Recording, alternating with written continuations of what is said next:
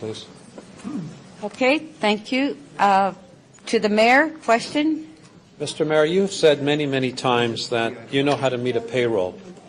Pardon me? You've said many times that you know how to meet a payroll. I do. That's what you've said. So you must have employees. Right.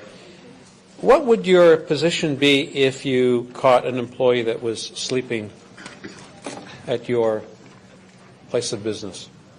Well, my place of business is a private business. Yes? And we would conduct our own private business with that employee. Your own private business. We would deal with it as a private issue with that employee. Okay, well, let me put it to you this way. In the business world, which I come from as well, too, Right. rather than jump to conclusions right away, we would investigate to find out if the employee had any particular problems. Was he sick? Was he ill? Etc. And if there was any particular issue, the owner of a business would indicate to the employee that they should go see a doctor, they should undertake whatever was needed, and if the employee didn't do that, they would be fired, or if they did and they repeated the conduct, they would be fired as well. Is that your understanding of business practice? Councillor, at Deco Labels, I'm talking about... no, you're just saying business. You said, Yeah. I mean a payroll. How would you deal with an employee that falls asleep on the job at Deco? I said, it's a private issue at a private business. Okay. And does that change when it's in the public? The public, yes, absolutely it does. How so? How so? Because it's taxpayers' money, and this is taxpayers' accountability to make this sure these people that we hire do their job. Okay, so then you had an episode very recently about a picture of a sleeping employee, and you basically, as I understood it, indicated that both the employee and the manager should be fired. That's what you said, is it not?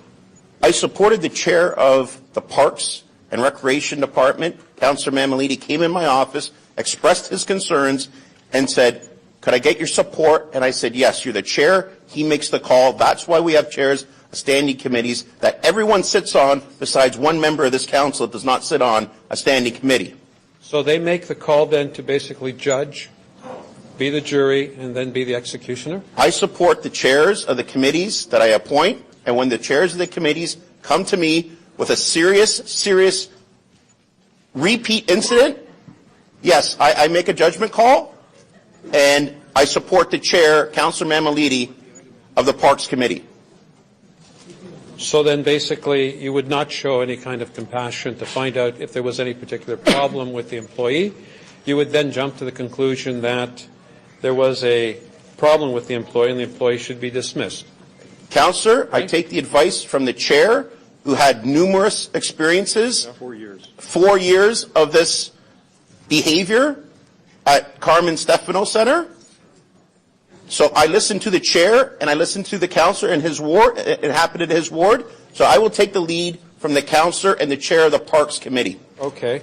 So would you also take the lead from council when you say many instances before of that employee, when you yourself came before this council and you apologized to your family, you apologized to this council, and you apologized to the people with respect to your behavior at the Air Canada Centre, and you said that conduct would not be repeated?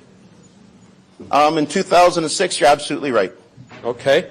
So therefore, can we assume that the conduct has been repeated because you've stated on numerous occasions, to use your words, that you were inebriated? Every episode that has occurred that has caused commotion in the city has been because you've indicated that you've been inebriated, and yet you fail to appreciate that perhaps there's a problem there.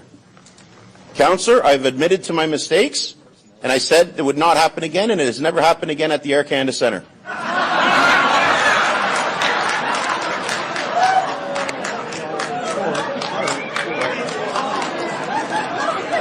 Okay, if I can have the members of the public please try to keep it down. Hold my time, please. Actually, I didn't turn your time on for 2 minutes. So if I get this correctly, if that employee had been under the influence, that employee had been driving machinery, okay, would that conduct be graver than a conduct than an employee being asleep at the job? Are you referring to my private business or again, Councillor I'm talking. Oh, you can't just make these hypothetical situations up. Give me an exact example, and I'll answer them. Let's take the employee for the city.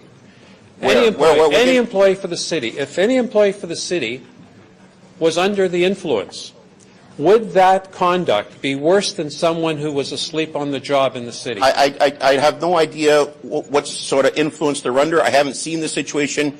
This is all a hypothetical situation. I don't know what you're referring to or where it's coming from. So I can't answer that question. Well, the question is basically, do you expect more of others than you do of yourself? I expect people, when they come to work, to be here on time, show up every day, and be absolutely straight. You're absolutely right. And I have been all the time, here every day and straight. Okay. So, just one sec, Councillor Grande. I'm going to ask again to the members of the public, if this does continue, I'm going to have to recess and ask the members to please leave the council chambers. Thank you.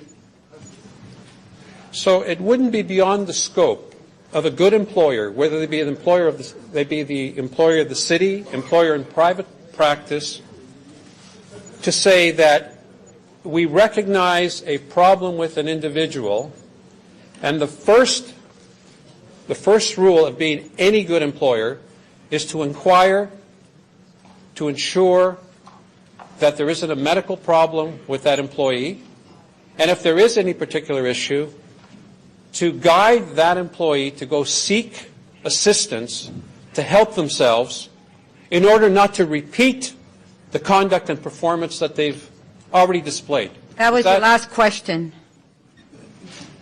Councillor Grande, I did the appropriate thing. When Councillor Mammoliti brought his concerns to my attention at the Carmen Stefano, I brought in Mr. Penichetti, the city manager, Brenda Patterson, the deputy city manager, Councillor Mammoliti, and myself had a meeting in my office for approximately an hour to discuss how we're going to do it.